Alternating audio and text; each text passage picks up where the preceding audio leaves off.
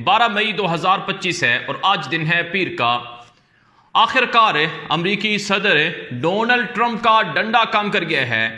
और वो काम जो अमरीकी सदर ट्रंप इससे पहले इसराइल से नहीं करवा सका, वो काम अब होने जा रहे हैं।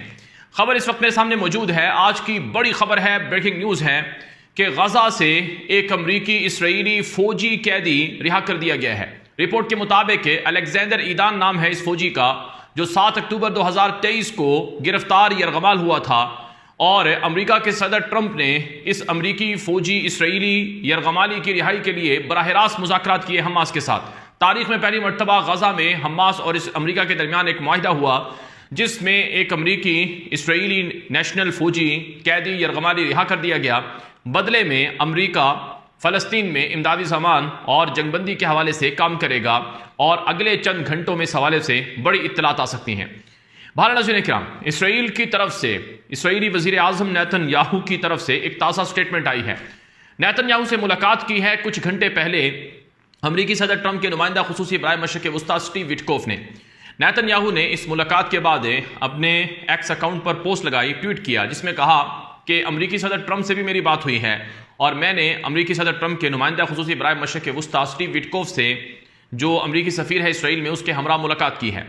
और अमरीकी सदर ट्रंप का मैं शुक्रगुजार हूँ कि उसने एक अमरीकी इसराइली फ़ौजी यरगमाली की रिहाई के लिए किरदार अदा किया और मुझे उम्मीद है कि बाकी यरगमालियों की रिहाई भी मुमकिन हो सकेगी। और अमरीकी सदर ट्रंप को मैंने ये बात कही है कि आपका बहुत शुक्रिया कि आप इसराइल के लिए काम कर रहे हैं और इसराइल के साथ आपका खड़ा होना ये बहुत काबिल तहसीन काम है। लेकिन उसने कहा कि मैं अमरीकी सदर ट्रंप से मुलाकात के बाद एक वफद खुसूसी तौर पर दोहा भेज रहा हूँ ताकि गजा की जंगबंदी और यरगमालियों की रिहाई के हवाले से मामला तय किए जा सकें। लेकिन हम ये सब चीज़ें अंडर फायर करेंगे, यानी हमारी तरफ से हमले भी जारी रहेंगे और मुज़ाकरात भी चलते रहेंगे। ये इसराइली वज़ीर आज़म नेतन्याहू ने ट्वीट किया है। मामला यह है नाज़रीन-ए-किराम, अमरीकी सदर ट्रंप, जब मैं वीडियो रिकॉर्ड कर रहा हूँ इस वक्त वो अमरीका से रवाना हो चुके हैं। इस वक्त गजा में और फ़लस्तीन में ये शाम के 7 बजे का वक्त है तकरीबन, और अमरीकी सदर ट्रंप बाकायदा अमरीका से मशरिक़ वस्ता के लिए यानी सऊदी अरब के लिए रवाना हो चुके हैं और कल वो सऊदी अरब पहुँचेंगे और कल का दिन मशरिक़ वस्ता के लिए अमरीकी सदर ट्रंप के बकौल एक बड़ा यादगार और तारीख़ खास दिन होगा। और मशरिक़ वस्ता के विज़िट के दौरान अमरीकी सदर ट्रंप कई मुल्कों के दौरे कर सकते हैं, जिनमें सर फ़हरिस्त सऊदी अरब है, कतर है, UAE इमारात है और इसी तरह से तुर्की का नाम भी लिया जा रहा है और इसराइल का नाम भी लिया जा रहा है। और तारीख साज दौरा इसलिए करार दिया कि मुमकिन है गजा की जंग मुस्तकिल तौर पर बंद हो जाए, क्योंकि अमरीकी सदर ट्रंप ने अपनी ताज़ा तरीन स्टेटमेंट में कहा है कि मैं चाहता हूं कि गजा की जंग बंद हो और मैं चाहता हूं कि मशरिक़ वस्ता अमन की तरफ बढ़े और मेरा दौरा मशरिक़ वस्ता का एक तारीख साज दिन होगा। बहरहाल नाज़रीन-ए-किराम, सूरत हाल ये है, आज हेरिटेज ने एक रिपोर्ट लगाई है कि हैरानकुन तौर पर इसराइल ने आज भी गजा पर हमले किए और 20 से ज़ायद जो गजा के शहरी थे वो इसराइली हमलों का निशाना बने हैं। अब इसराइल के अंदर ये आवाज़ें उठ रही हैं कि अमेरिका हमें नहीं धमका सकता है, अमेरिका हमें प्रेशराइज नहीं कर सकता है, हम अमेरिका के झंडे में 51वां उनका सितारा नहीं है कि अमेरिका हमें यानी इसराइल को 51वीं अपनी स्टेट या रियासत समझता हो और सूबा समझता हो और हमें वो ऑर्डर दे और हम उसकी बातें माने। इसराइली वज़ीर आज़म भी कल ये बात कह चुका है कि हमें खुद कफील होना होगा अमेरिका की मिलिट्री एड में भी, यानी हमें अमेरिका की ज़रूरत किसी तौर पर भी ना हो ताकि हम अमेरिका के ऊपर डिपेंड ना हो और अमेरिका हमें अपनी बातें हमसे ना मनवा सके। अब ये जो अमेरिकी सदर ट्रंप अरब मुल्कों का दौरा कर रहे हैं, इससे इसराइल को बहुत बेचैनी लगी हुई है, बहुत परेशानी लगी हुई है। अब अरब मुल्कों ने अमेरिकी सदर ट्रंप को पैसे देने का कहा है कि हम आपको पैसे देंगे, अमेरिका में इन्वेस्टमेंट करेंगे। बदले में अमेरिकी सदर ट्रंप ने कहा है कि मैं अरबों को खुश करूंगा और अरब मुल्कों के वो मामलात, वो मौक़िफ़ और वो मुतालबात पूरे कर दूंगा जिनकी वो डिमांड बरसों से, सदियों से कर रहे हैं। चुनांचे नाज़रीन-ए-किराम, रिपोर्ट्स हैं कि अमेरिकी सदर ट्रंप दौराए सऊदी अरब के दौरान, दौराए मशरिक़ वस्ता के दौरान फ़लस्तीन के हवाले से, गज़ा के हवाले से बहुत बड़ी ह्यूज जो अनाउंसमेंट है वो कर सकते हैं और इस हवाले से फ़लस्तीन की रियासत जो कि इंडिपेंडेंट स्टेट हो उसको तस्लीम करने का ऐलान भी कर सकते हैं। कुछ भी हो सकता है, इसलिए अगले 24 से 48 घंटे बड़े अहम हैं और इन 48 घंटों में इसराइल के अंदर एक खौफ का समा है और एक तरह से इस्तिराब और परेशानी देखने को मिल रही है। बहरहाल नाज़रीन-ए-किराम, इतलात ये हैं कि गजा में जो इसराइली अमरीकी फ़ौजी रिहा हुआ जिसका नाम ईदान अलेक्जेंडर है, उसकी रिहाई के बाद जो बाकी इजरायली हॉस्टेजेस हैं उनकी रिहाई के इम्कानात भी रोशन हो रहे हैं। लेकिन इसके लिए जंग बंदी का एक मुआहिदा करना होगा, यानी एक तवील जंग बंदी का मुआहिदा होगा जो मुमकिन है 2 साल का हो, 3 साल का हो, और उसमें इसराइली जो होस्टेजेस हैं, यरगमाली हैं, वो रिहा किए जाएंगे।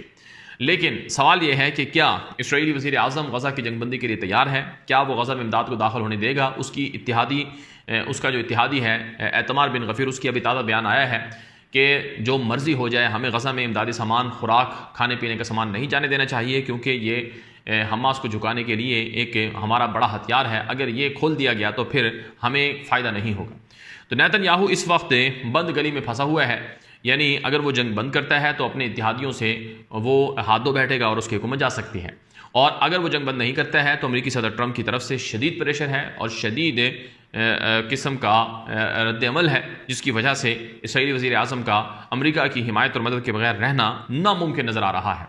बहरहाल नाज़रीन इकराम, एक और बड़ी खबर आप सामने रखेंगे कि अगर इसराइल ने गज़ा की जंग बंद ना की तो अरब मुल्कों के साथ जो उनके मामलात हैं वो भी मुतासर होंगे। आप जानते हैं मिस्र ने इसराइल को तस्लीम कर रखा है, मिस्र और इसराइल के दरमियान डिप्लोमेटिक रिलेशंस भी हैं। जॉर्डन ने इसराइल को तस्लीम कर रखा है, जॉर्डन और इसराइल के बीच भी डिप्लोमेटिक रिलेशंस हैं। आज खबर आई है, यदीओत आहरोनोत इसराइली अखबार है, उसने लिखा कि मिस्र यानी काहिरा की तरफ से कहा गया है कि हम इसराइल के अंदर कोई अपना सफ़ीर नया मुकर्रर नहीं करेंगे फ़िलहाल, और ना ही हम इसराइली सफ़ीर को मिस्र के अंदर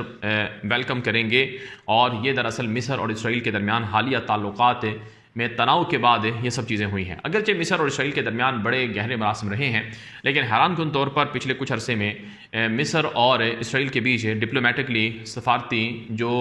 क्लैश है वो देखने को मिल रहा है, और यही चीज़ हमें उर्दन और इसराइल के ताल्लुकात के हवाले से नज़र आ रही है। आज की एक ताज़ा तरीन डेवलपमेंट ये आई है कि उर्दन का जो वज़ीर ख़ारजा है, ऐमन असफ़दी उसका नाम है, उसने तुर्की का दौरा किया है और तुर्क वज़ीर ख़ारजा हाकान फ़ैदान से उन्होंने मुलाकात की है। और इसी दौरान शाम का जो वज़ीर ख़ारजा है असद शेबानी, वो भी तुर्की के दौरे पर पहुँचा। तो 3 मुल्क यानी उर्दन और शाम और इसी तरह से तुर्की, इन 3 मुल्कों के दरमियान एक बड़ी अहम मीटिंग हुई है, और वो मीटिंग दरअसल फ़लस्तीन के मसले पर इसराइल के बारे में ही हुई है। आप जानते हैं उर्दन भी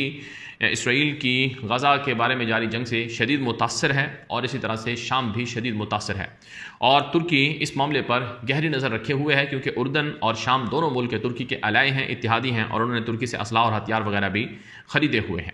बहरहाल एक बड़ी खबर एक और मेरे सामने मौजूद है। अमेरिकी सदर ट्रंप ने अपनी ताज़ा स्टेटमेंट में यह भी कहा है कि हूसियों ने कहा है कि हम अमेरिकी जहाज़ों पर हमले नहीं करेंगे, तो लिहाजा वो हमले नहीं कर रहे हैं, तो हमने भी हमले बंद कर दिए हैं। और मैं उम्मीद करता हूँ कि जो ईरान के साथ हमारा मामला है वो भी हल हो जाएगा। ईरान के साथ भी जो हमारी बातचीत चल रही है वो भी दुरुस्त अंदाज में चल रही है। अमेरिकी सदर ट्रंप ने ये भी कहा है कि गज़ा के हवाले से भी हम इस कॉन्फ्लिक्ट को, इस तनाव को जो कि हज़ारों सालों से चल रहा है, हम इसको हल करने के लिए बेहद कोशिशें कर रहे हैं, और उम्मीद है कि कोई ना कोई नतीजा निकल आएगा।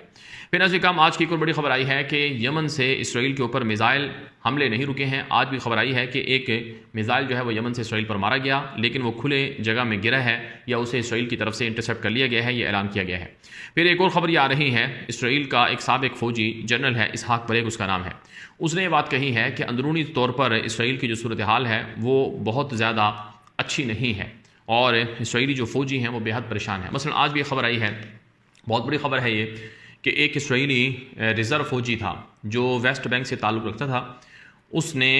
जंग के लिए दोबारा जब इसराइली फ़ौज ने उसे बुलाया तो उसने फ़ौज में दोबारा जाने से इनकार कर दिया, जिसके बाद उसे गिरफ्तार कर लिया गया है और 5 दिन के लिए उसे जेल भेज दिया गया है। इसराइल की हुकूमत ने रिज़र्व इसराइली फ़ौजियों को बुलाया कि आओ जंग में शामिल हो जाओ, तुम्हारी ज़रूरत है। लेकिन इसराइल के जो रिज़र्व फ़ौजी हैं, यानी जो बवक्त ज़रूरत काम आने वाले फ़ौजी हैं, उन्होंने जंग में दोबारा शामिल होकर लड़ने से इनकार कर दिया है, और इस हवाले से काफ़ी बेचैनी इसराइल के अंदर देखने को मिल रही है।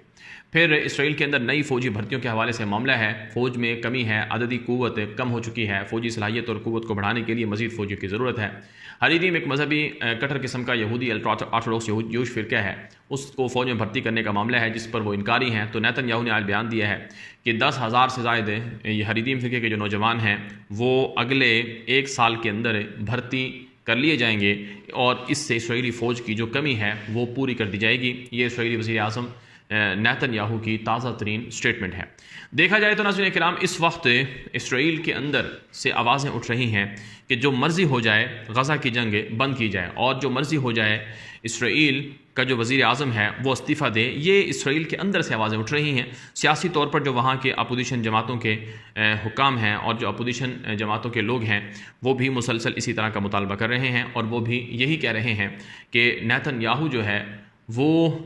इस काबिल नहीं है कि वो इसराइल को इन हालात से बचा सके, लिहाजा उसे बहरहाल इस्तीफ़ा देना होगा। बहरहाल नज़र काम अगले 24 घंटे बड़े अहम हैं और अगले 24 से 48 घंटे अमेरिकी सदर ट्रंप का जो सऊदी अरब के अंदर दौरा है, ये मुख्तलिफ तरह की बड़ी बड़ी अनाउंसमेंट और बड़ी बड़ी खुशखबरियाँ और बड़ी बड़ी पॉलिसीज़ का एक अहम ऐलान का सबब हो सकता है।